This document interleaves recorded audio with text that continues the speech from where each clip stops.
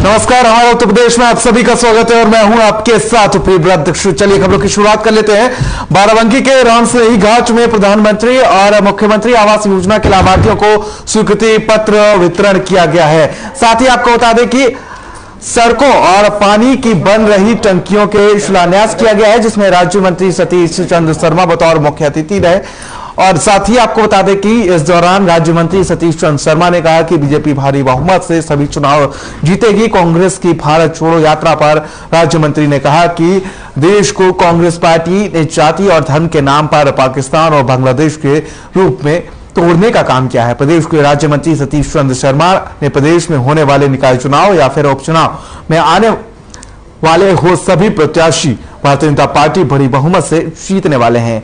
वहीं कांग्रेस की भारत जोड़ो यात्रा में राहुल गांधी का साथ देने के लिए सोनिया गांधी के जुड़ने पर भी उन्होंने कांग्रेस पर हमला किया। उन्होंने कहा कि देश का बंटवारा पाकिस्तान और बांग्लादेश के रूप में कैसे हुआ सब लोग जानते हैं। कांग्रेस पार्टी ने जाति और धर्म के नाम पर लोगों को सिर्फ तोड़ने का काम किया है। कांग्रेस पार्टी ने कभी जोड़ने का काम नहीं किया।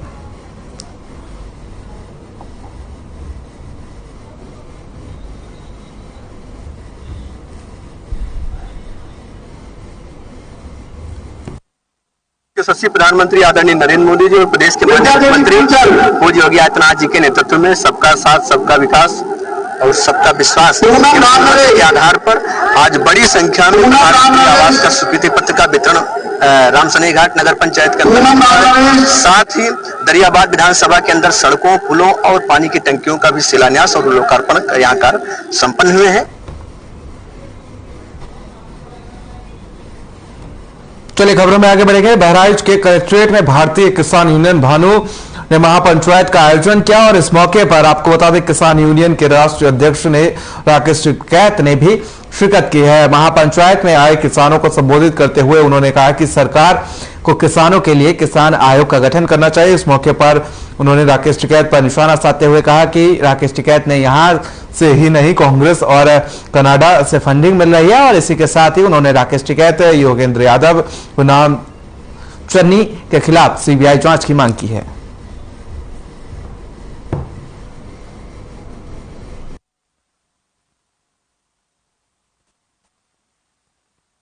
मुझे राजनाथ सिंह के जो पीए हैं, ओएसडी हैं, जो त्रिपाठी जी, उन्होंने बताया था कि राकेश टिकैत को यहाँ से तो यहाँ कांग्रेस से फंडिंग मिल रही है और कनाडा से भी फंडिंग आ रही है।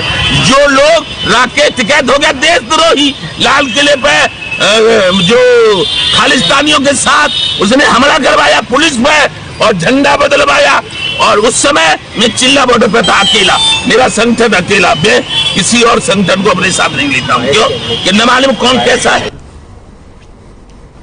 चलिए खबरों में आगे बढ़ेंगे। बुलंदशहर सीओ ऑफिस के छत पर दो पक्षों के बीच मारपीट का मामला सामने आया। हंगामे के दौरान दोनों पक्षों ने एक दूसरे के ऊपर जमकर पत्थरबाजी की है और इस मारपीट में करीब 6 लोग घायल हो गए। दोनों पक्ष अपने वकीलों से मिलने के लिए आए हुए थे और इस मामले में पुलिस ने कार्रवाई करते हुए 6 लोगों को हिरासत में लिया है।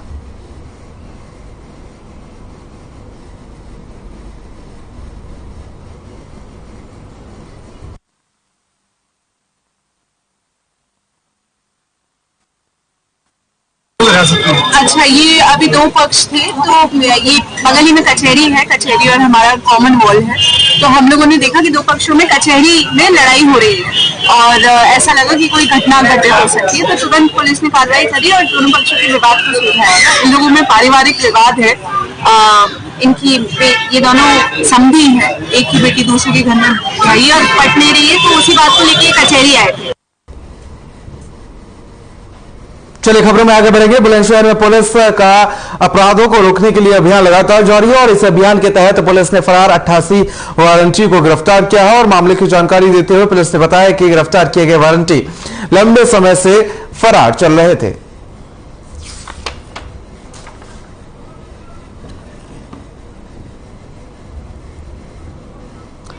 तो आपको बता दें बुलंदशहर में पुलिस ने 88 वारंटियों को गिरफ्तार किया है। काफी लंबे समय से ये वारंटी जो थे वो फरार चल रहे थे। तो वहीं अपराध पर रोकथाम को लेकर यहां पर पुलिस लगातार कार्रवाई करती हुई नजर आ रही है। और साथ ही आपको बता दें कि यहां पर पुलिस ने 88 वारंटियों को गिरफ्तार किया है और ये वारंटी फरार चल रहे थे। तो इसी बीच पुलिस ने कार्रवाई की है और कार्रवाई करते हुए पुलिस ने 88 वारंटियों को गिरफ्तार किया है। आपको बता दें कि अपराध की रोकथाम को लेकर यहां पर पुलिस लगातार कार्रवाई करती हुई नजर आ रही है और इस दौरान आपको बता दें कि पुलिस ने 88 वारंटियों को गिरफ्तार किया है।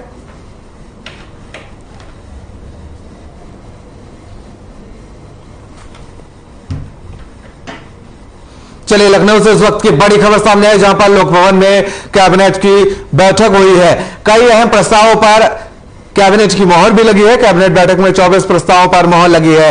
संभल में स्टेडियम बनाने को लेकर प्रस्ताव पास हुआ है। कैबिनेट की बैठक में पर्यटन नीति को मंजूरी मिली है। आपको बता दें पुराने महलों को बनाया जाएगा हेरिटेज होटल। 5 दिसंबर से शुरू होगा विधानसभा का शीतकालीन सत्र। 3 दिन का होगा विधानसभा का ये शीतकालीन सत्र। तो बड़ी और अहम खबर इस वक्त की सीएम योगी की कैबिनेट की अहम बैठक हुई है और इस दौरान आपको बता दें कि कई अहम फैसले लिए गए हैं। 3 दिन का होगा ये विधानसभा सत्र, इसको लेकर भी चर्चा की गई है। साथ ही आपको बता दें कि लोक भवन में सीएम योगी की कैबिनेट की बैठक हुई है। कई अहम प्रस्तावों पर कैबिनेट की मोहर लगी है। पुराने महलों को हेरिटेज भवन के तौर पर बनाया जाएगा। साथ ही 5 दिसंबर से शीतकालीन सत्र शुरू होगा और 3 दिनों का ये शीतकालीन सत्र होगा।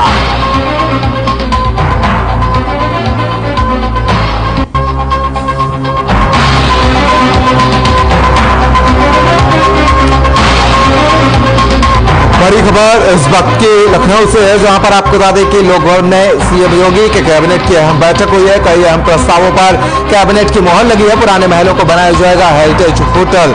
साथ ही 5 दिसंबर से शुरू होगा विधानसभा का शीतकालीन सत्र। 3 दिन का होगा विधानसभा का ये शीतकालीन सत्र।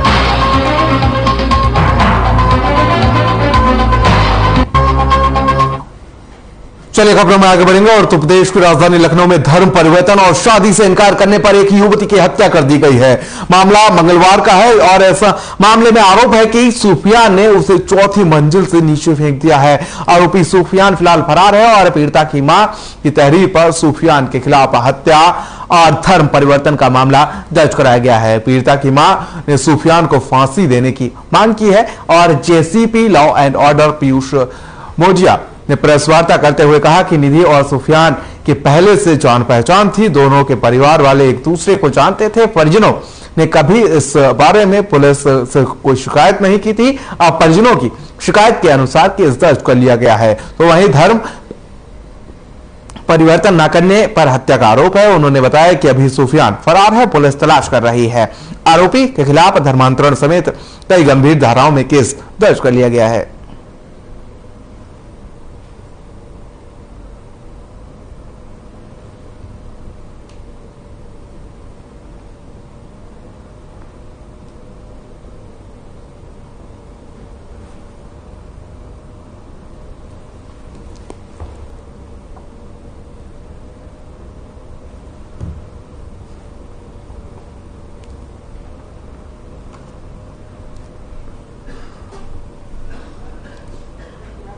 चलिए यूपी के उप मुख्यमंत्री केशव प्रसाद मौर्य मैनपुरी दौरे पर रहे और वहीं कार्यकर्ताओं को संबोधित करने से पहले मुलायम सिंह यादव को श्रद्धांजलि दी गई। वहीं कार्यकर्ताओं को संबोधित करते हुए उन्होंने कहा कि 2014 और 2019 में हमारे देश के प्रधानमंत्री नरेंद्र मोदी, उस समय हमारे बीजेपी के राष्ट्रीय अध्यक्ष अमित शाह मुलायम सिंह यादव के सम्मान में प्रचार करने के लिए नहीं आए थे और उसके बाद भी यहां की जनता ने बीजेपी के प्रत्याशी प्रेम सिंह शाक्य को रिकॉर्ड आशीर्वाद देने का काम किया। लेकिन 2019 के लोकसभा चुनाव में जाने से पहले मुलायम सिंह यादव को मालूम था और उन्होंने आदरणीय मोदी जी को आशीर्वाद दिया था कि 2019 में देश के प्रधानमंत्री के रूप में देश को आगे बढ़ाने का काम करें। वहीं अखिलेश यादव पर निशाना साधते हुए कहा कि अखिलेश यादव जी आजमगढ़ से सांसद, आजमगढ़ में भी कमल खिल गया। दिनेश लाल यादव निरहुआ जीत गए। रामपुर जो आजम खान का गढ़ था उसमें भी कमल खिल गया। वहीं उन्होंने लोकसभा उपचुनाव के प्रत्याशी रघुराज सिंह के लिए कार्यकर्ताओं से भारी बहुमत से विजय बनाने की अपील करते हुए नारा दिया है।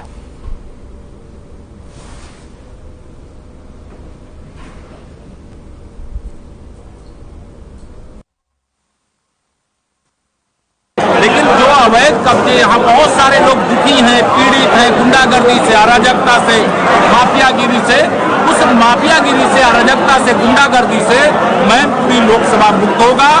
और हम लोग राम राज्य की बात करते हैं, ये तो रघुराज साहब के हैं, राम राज्य रघुराज। इस मैनपुरी की जनता में था बिल्कुल संकल्पित होकर हमें आने वाले 5 तारीख को इस बार भारतीय जनता पार्टी का कमल खिलाना है और रघुराज सिंह साकेत को एक बार पुनः हम लोग संकल्प लेकर आगे बढ़ेंगे लोकसभा में भेजना। निश्चित रूप से भाइयों बहनों, आपने सबने पूरे आसपास के क्षेत्र में भारतीय जनता पार्टी को बहुत आशीर्वाद नहीं दिया। आज इटावा की भी हमारे पास लोकसभा की सीट है। वहीं मैनपुरी उपचुनाव से जुड़े हुए इस वक्त की बड़ी खबर सामने आ रही। डिंपल यादव का समर्थन करेगी जेडीयू, समाजवादी पार्टी का समर्थन करेगी जेडीयू। बड़ी खबर इस वक्त की आपको बता दें कि जेडीयू ने अपने कार्यकर्ताओं से अपील की है कि मैनपुरी में बीजेपी को हराने का काम करेंगे। ये जेडीयू ने अपील की है अपने कार्यकर्ताओं से। तो बड़ी खबर इस वक्त की आपको बता दें कि जेडीयू ने अपने कार्यकर्ताओं से इस वक्त की अपील की है और उन्होंने कहा कि मैनपुरी में बीजेपी को हराने के लिए काम करे। तो कहीं ना कहीं जेडीयू और समाजवादी पार्टी एक दूसरे के लिए काम करती हुई नजर आ रही है।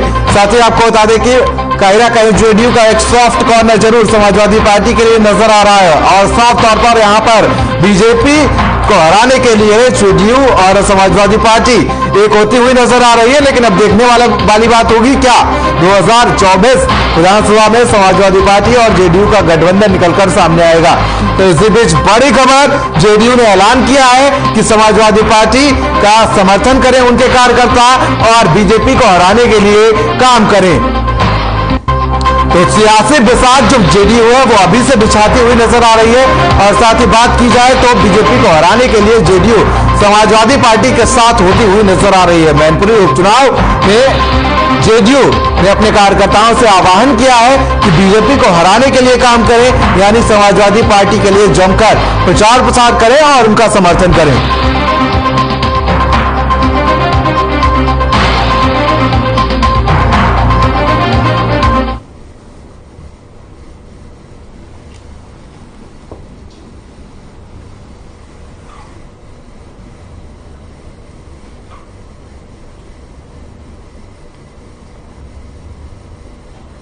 चलिए खबरों में आगे बढ़ेंगे। मैनपुरी के तहसील भोगांव में ट्रेन की चपेट में आने से एक बुजुर्ग महिला की मौत हो गई।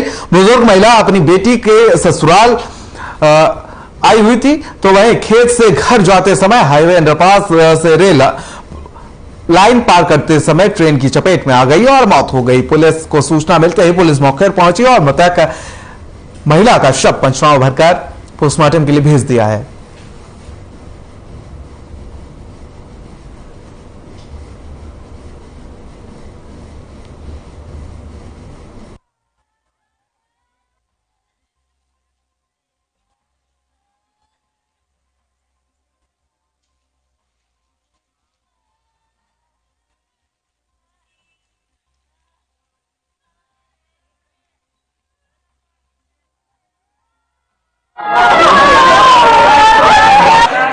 ये एक तो ऊंचा सुनते बहुत, और ये बड़ा से लौट गए अपनी बड़ी बिटिया के हाथ। तो ये चौधरी मोहल्ला जा रहे थे, उनके बुआ के लड़के वगैरह है। हाँ, फिर क्या हुआ? तो ये ऊंचा सुनते इसलिए इन्होंने गौर नहीं किया, ट्रेन आ गई उसकी चपेट में।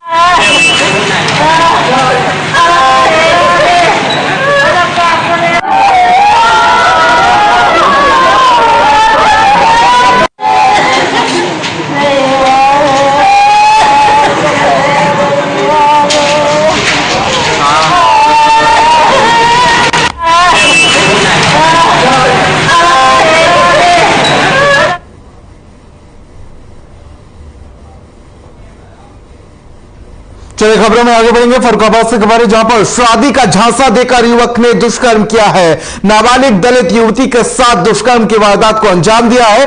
2 दिन दुष्कर्म करने के बाद युवती को छोड़ा है। युवती ने घर पहुंचकर परिजनों को सूचना दी है। परिजनों ने युवक के खिलाफ थाने में तहरीर दी है। 4 दिन बीतने के बाद भी नहीं हुई कोई कार्रवाई। पीड़िता ने पुलिस पर आरोपी को बचाने का ये बड़ा आरोप जड़ा है। थाना कमालगंज क्षेत्र के शास्त्री नगर का ये पूरा मामला बताया जा रहा है। तो शादी का झांसा देकर युवती के साथ रेप की वारदात को अंजाम दिया गया है। तो वहीं आपको बता दें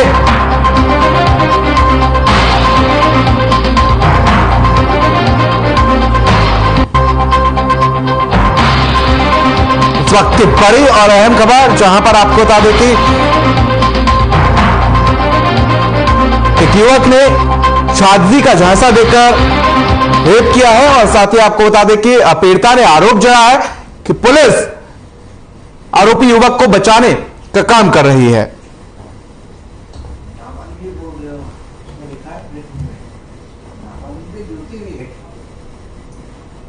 चलिए खबरों में आगे बढ़ेंगे। और प्रदेश विधानसभा का शीतकालीन सत्र 5 दिसंबर से आयोजित किया जाएगा। शीतकालीन सत्र 3 दिनों का होगा और इस मामले में योगी कैबिनेट की में मंजूरी दे दी गई है। कैबिनेट बैठक में 12 प्रस्तावों पर मंजूरी दे दी गई है, जिसमें संभल में स्टेडियम बनाने के साथ ही पर्यटन नीति को भी मंजूर किया गया है और इसी के साथ ही प्रदेश के पुराने महलों का भी हेरिटेज होटल में तब्दील करने को मंजूरी दे दी गई है।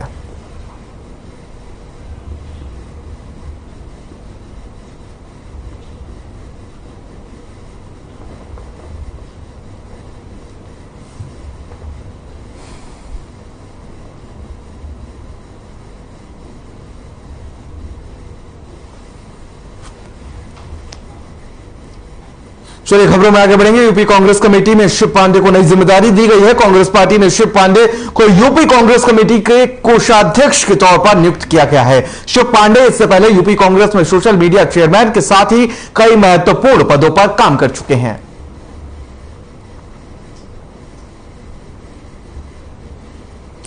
तो शिव पांडे को बड़ी जिम्मेदारी दी गई है। आपको बता दें कोषाध्यक्ष के रूप में अब वो कार्यभार संभालेंगे। यूपी कांग्रेस कमेटी में कोषाध्यक्ष नियुक्त किया गया है और शिव पांडे के रूप में आपको बता दें कि यूपी कांग्रेस को नया कोषाध्यक्ष मिला है। तो आपको बता दें कई अहम पदों पर शिव पांडे कांग्रेस के लिए काम कर रहे थे, तो वहीं अब कोषाध्यक्ष के तौर पर उनकी नियुक्ति हुई है।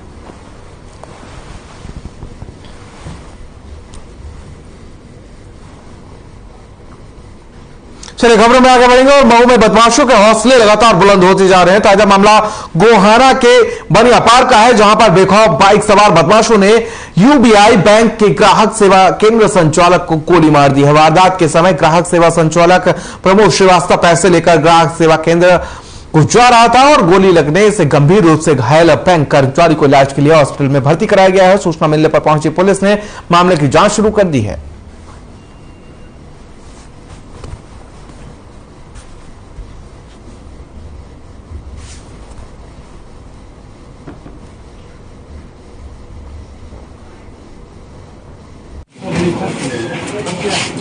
ये सूचना प्राप्त हुई थी कि थाना मोहम्मदाबाद क्षेत्र में यूबीआई का ग्राहक सेवा केंद्र चलाते हैं प्रमोद श्रीवास्तव जी। इनके वहाँ 2 लड़के जो कि मुंह बांधे हुए थे वो आए और उनके द्वारा लूट का प्रयास किया गया। उसी छीना झपटी में जो प्रत्यक्षदर्शी वहाँ पर मौजूद थे उनके द्वारा ये बताया गया है कि एक लड़के द्वारा फायर किया गया, जो गोली इनको छूते हुए निकल गई है। वहाँ पर हमारी जो पूरी टीम है, जो सभी उच्चाधिकारी हैं, उसमें मेरे द्वारा मौका स्थल का निरीक्षण कर लिया गया है। जो भी सीसीटीवी इत्यादि हैं वो भी दिखाए जा रहे हैं। आपके द्वारा एक अन्य व्यक्ति पर शंका जाहिर की गई है कि उनसे कुछ पैसे का लेन देन का व्यवहार।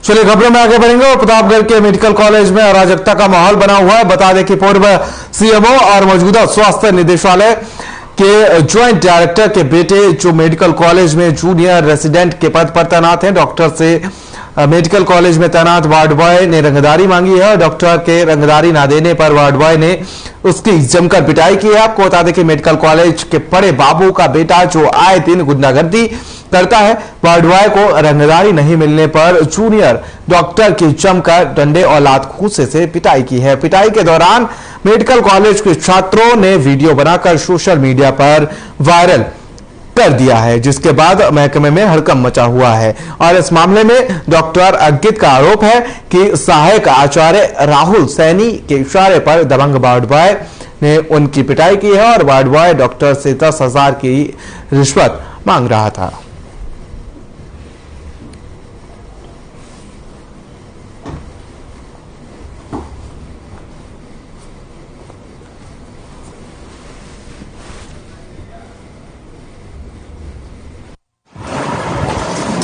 15 तारीख तक जो है जूनियर रेजिडेंट के पद पर कार्यरत था। आज मेरा आखिरी दिन था, इसलिए मैं वहाँ से अपना रूम खाली करना सामान लेने के लिए गया हुआ था। जब मैं वहाँ सामान खाली कर रहा था तो उस समय जो है इन्होंने शिवदीप शर्मा और गोरे जिनका नाम है वो करके जो है ये मुझसे कहा कि अब आप जा रहे हैं, जाते जाते कुछ आप करते हुए जाइए। बैठ रहा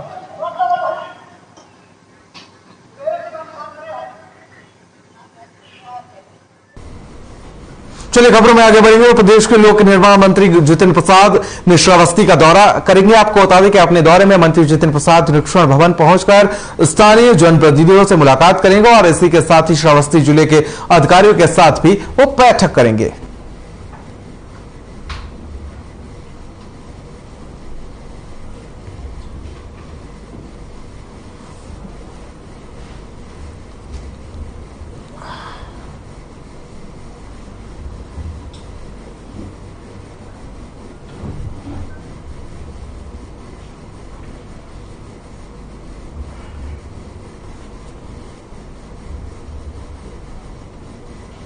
चलिए कन्नौज से इस वक्त की बड़ी खबर सामने है, जहां पर लाठी डंडों से बुजुर्ग की पिटाई का मामला सामने आया है। इलाज के दौरान बुजुर्ग की मौत हुई है। घर के सामने कूड़ा डालने को लेकर विवाद हुआ था और पुलिस ने शव को कब्जे में लेकर पोस्टमार्टम के लिए भेज दिया है। तो मामूली विवाद को लेकर खूनी संघर्ष हुआ और यहां पर आपको बता दें कि 4 के खिलाफ पुलिस ने मामला दर्ज किया है। गुरसाईगंज कोतवाली क्षेत्र का के पहला गांव का यह पूरा मामला बताया जा रहा है। बड़ी और अहम खबर इस वक्त की आपको बता दें कि जहां पर एक बुजुर्ग की मौत का मामला सामने आया है। मामूली बात को लेकर यानी कि कूड़ा डालने को लेकर एक बुजुर्ग की जान चली गई है, तो वहीं पुलिस ने मामला दर्ज कर जांच पड़ताल शुरू कर दी है।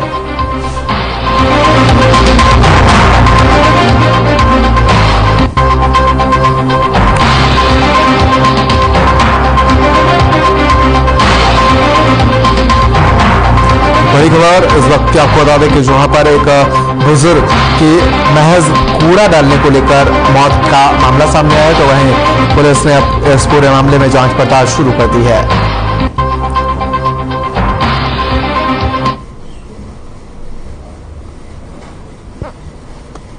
तो बड़ी और अहम खबर इस वक्त की आपको बता दें कि एक बुजुर्ग की मौत का मामला सामने आया, जहां पर लाठी डंडे से पीट कर बुजुर्ग की हत्या कर दी। कन्नौज से ये खबर सामने आई है, जहां पर आपको बता दें कि इलाज के दौरान बुजुर्ग की मौत हुई है।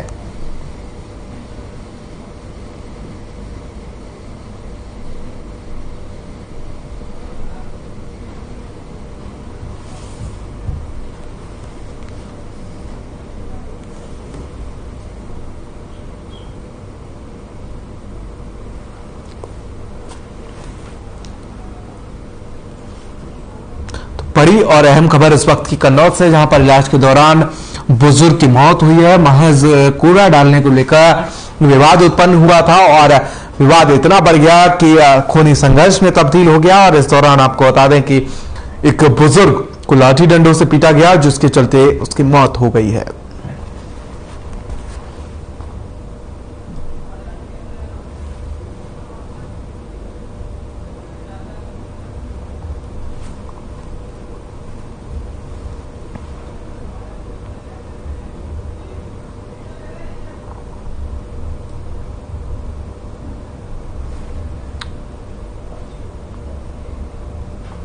तो खबरों फिलहाल इतना ही, लेकिन जाते जाते एक नजर सुर्खियों पर।